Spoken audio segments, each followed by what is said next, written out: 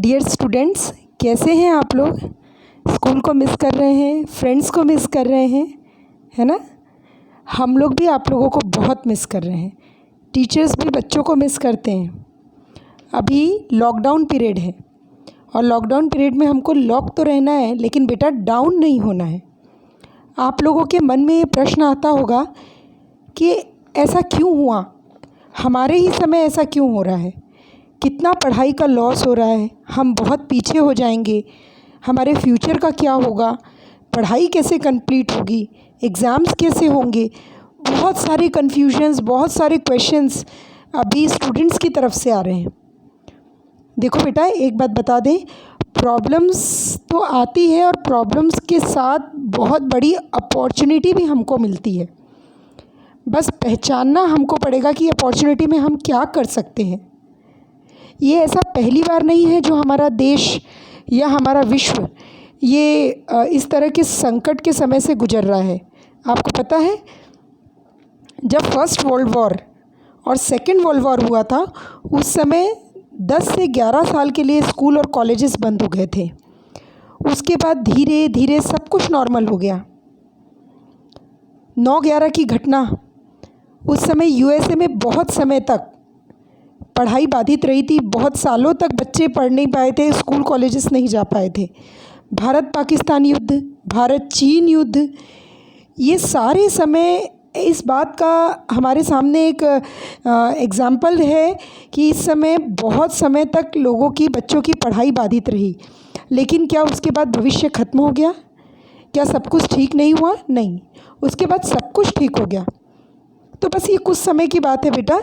इस समय ये सोचिए कि नेचर, जो प्रकृति है, वो अपने आप को क्लीन करने में लगी है, शुद्ध करने में लगी है, बैलेंस करने में लगी है। जो हम लोगों ने, इंसानों ने प्रकृति को इतना इम्बैलेंस कर दिया था, इतना पॉल्यूटेड कर दिया था, और अल्टीमेटली उसका नुकसान हमको ही झेलना पड़ रहा था। इतने पॉल्यूशन से नई नई बीमारियां जो हो रही थी। लेकिन अब ये हमारे पास एक अच्छा मौका है, जब प्रकृति शुद्ध हो रही है, तो हम आगे जो हमको समय मिलेगा, हम एक बहुत शुद्ध और एक बहुत अच्छे वातावरण में रहेंगे। इसलिए हमको नेचर को और इस सिचुएशन को भी मेंटली सपोर्ट करना है। अभी कठिनाई तो है, डायरेक्ट क्लास आपको नहीं मिल रही है। पढ़ाई के पॉइंट ऑफ व्यू से देखें तो टीचर्स भी आपको डायरेक्ट नहीं पढ़ा सक रहे हैं, आप दोस्तों से नहीं मिल पा रहे हैं। हो सकता है आपका ये सत्र थोड़ा देर से शुरू हो, थोड़ा एजुकेशन का लॉस भी हो सकता है, लेकिन फिर भी बेटा, इस कठिनाई के दौर में भी बहुत बड़ा सौभाग्य छुपा हुआ है।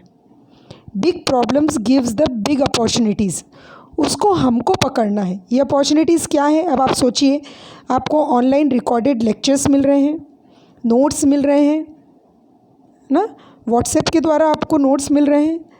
तो इस समय आपके पास भरपूर समय है सेल्फ एजुकेशन करने का। ये मौका मिला है कि आप सेल्फ एजुकेशन करके अपना सेल्फ कॉन्फिडेंस बढ़ा लें, अपने आप को प्रूफ करके बताएं, अपनी कैपेबिलिटी को पहचान लें। अभी तक तो ये होता था कि हम टीचर्स पे डिपेंड है, स्कूल पे डिपेंड है, लेकिन जब प्रॉब्लम्स आती है तब हमको अपनी कैपेबिलिटी के अकॉर्डिंग काम करके पता चलता है कि यार, हमारे अंदर इतना टैलेंट है, इतनी कैपेबिलिटी है। आपके पास भरपूर समय है स्कूल आने जाने का, और जाने कितना समय आपका बच रहा है। तो इस समय जो आपका सेव जो हो रहा है, उसके लिए आप अपने पढ़ाई का क्राइटेरिया थोड़ा सा वाइड कर दीजिए, बढ़ा दीजिए। कैसे?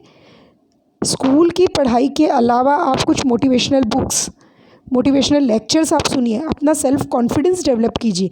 क्योंकि इस समय आप अपने फ्रेंड्स के साथ भी नहीं मिल सकते, तो वो भी आपका टाइम सेव हो रहा है, आप घूमने फिरने भी नहीं जा सक रहे हैं। तो आप अपना सेल्फ कॉन्फिडेंस बढ़ाइए। और सबसे इम्पॉर्टेंट पॉइंट है, आप अपने आप को पॉजिटिव रखिए, टाइम मैनेजमेंट करिए, अपने कोर्स को डीप में पढ़िए। आपको अभी इतने सारे टेस्ट, इतने सारे एग्ज़ाम्स और होमवर्क्स अभी नहीं मिल रहे हैं, तो आपको जो पढ़ाई मिल रही है उसको बहुत डीप में पढ़िए, समझिए, सेल्फ असेसमेंट करें, है ना। सेल्फ स्टडी से नए नए तरीके निकालें, अपनी डिसीज़न मेकिंग पावर बढ़ाइए कि कहाँ किस तरीके से पढ़ना है, क्या डिसीज़न लेना है, ये अब आपके ऊपर है सब कुछ। अब आप देखिए इस अपॉर्चुनिटी में आप कितने अपने आप को निखार पाते हैं। देखिए, निगेटिव माइंडसेट हमको डाउन कर देगा और पॉजिटिव माइंडसेट हमको लॉक में भी रॉक बना देगा। आप ये बिल्कुल मत सोचिए कि अभी आपकी पढ़ाई शुरू नहीं हुई, अभी तो सेशन शुरू नहीं हुआ है। गलत बात। आपके सिलेबस के लेक्चर्स नोट्स जो आपको मिल रहे हैं, ये जस्ट लाइक आपके स्कूल की पढ़ाई के जैसा ही है। ये सेशन शुरू हो गया है, अब आपको अपना बेस्ट देना है बेटा। सेल्फ एजुकेशन की अपॉर्चुनिटी आपको फ्रीडम दे रही है ना। अब आप अपना बेस्ट दे के अपने आप को प्रूफ करके बताओ। सो बी पॉजिटिव। सोचिए कि हमारे साथ कितना अच्छा हुआ, अब क्या अच्छा हुआ बताएं आपको। सोचो, अगर ये वाली प्रॉब्लम कब आई है? मार्च अप्रैल में आई, जब आपका एक सत्र कंप्लीट हो चुका था। एग्ज़ाम्स भले कुछ पेपर्स रह गए होंगे, लेकिन एक सत्र कंप्लीट होने का मतलब होता है कि उस साल की पूरी एजुकेशन, पूरी पढ़ाई, पूरा नॉलेज आपने ले चुके थे। सोचिए अगर ये प्रॉब्लम बीच में आती सत्र के, तो आपकी आधी पढ़ाई रह जाती, तो नेक्स्ट ना तो आप इस सत्र को कंप्लीट कर पाते, ना अगले सत्र में आप अगली क्लास में अच्छे से पढ़ पाते, क्योंकि पिछला आपको नॉलेज ही नहीं रहता। तो ये हमारे साथ कितना पॉजिटिव हुआ है कि नहीं। दूसरा पॉजिटिव पॉइंट क्या है? आज जो हम हैं फुल फ्लैश टेक्नोलॉजी के युग में हैं। आप सोचिए कि आज यदि टेक्नोलॉजी नहीं होती तो हमारे पास पढ़ने का कोई साधन ही नहीं होता। तो हमारे एजुकेशन के लिए तो आज ये ब्लेसिंग बन गई है। ऑनलाइन वीडियो कॉन्फ्रेंसिंग, व्हाट्सएप के द्वारा एजुकेशन, इतना ईजीली हम इसको पढ़ाई को कंटिन्यू कर रहे हैं। पढ़ने का एक नया पैटर्न हमको मिला है, प्रॉब्लम में एक नए नए पैटर्न निकल के आते हैं, उसको एन्जॉय करते हुए आप पढ़िए। इसमें आप प्रॉब्लम्स मत ढूंढिए। आप यही सोचिए, सोच के देखिए, अगर ये घटना 25 साल पहले घटी होती, या फिर आज के समय इतनी टेक्नोलॉजी डेवलप नहीं होती, तो आपका भविष्य क्या होता। आप पढ़ नहीं पाते, आपके पास नए सत्र के कोई भी लेक्चर्स या फिर सिलेबस नहीं पहुंच पाता, आप बिल्कुल खाली रहते, नॉलेज भी आपको नहीं मिलता, आप एक दूसरे से कनेक्ट भी नहीं हो पाते। लेकिन आज के समय में लॉकडाउन में रहते हुए भी हम एक दूसरे से कितने अच्छे से टेक्नोलॉजी से कनेक्ट हैं।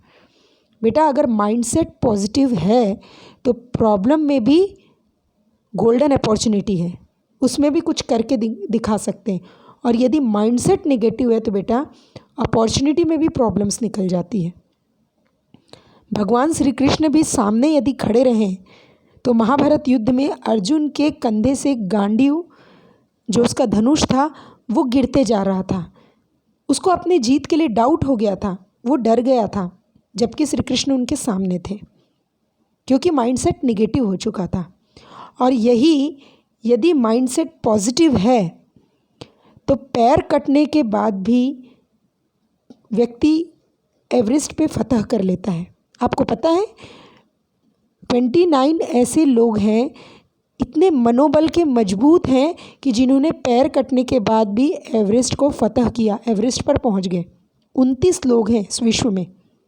इसलिए इस समय के लिए आप बिल्कुल भी वरी ना हो, बिल्कुल परेशान ना हो, बल्कि अपने अंदर आपके अंदर इतनी कैपेबिलिटी है कि जितना मिल रहा है स्कूल से, उसके अलावा आप सेल्फ स्टडी से काफ़ी आगे बढ़ सकते हैं और कॉन्फिडेंस बढ़ा सकते हैं। तो उठो, जागो, बढ़ते रहो, जब तक लक्ष्य तक ना पहुँचो हमेशा सकारात्मक रहो, अवसर ढूंढो और अपने आप को और निखारो, अपना बेस्ट दो और बेस्ट करके दिखाओ।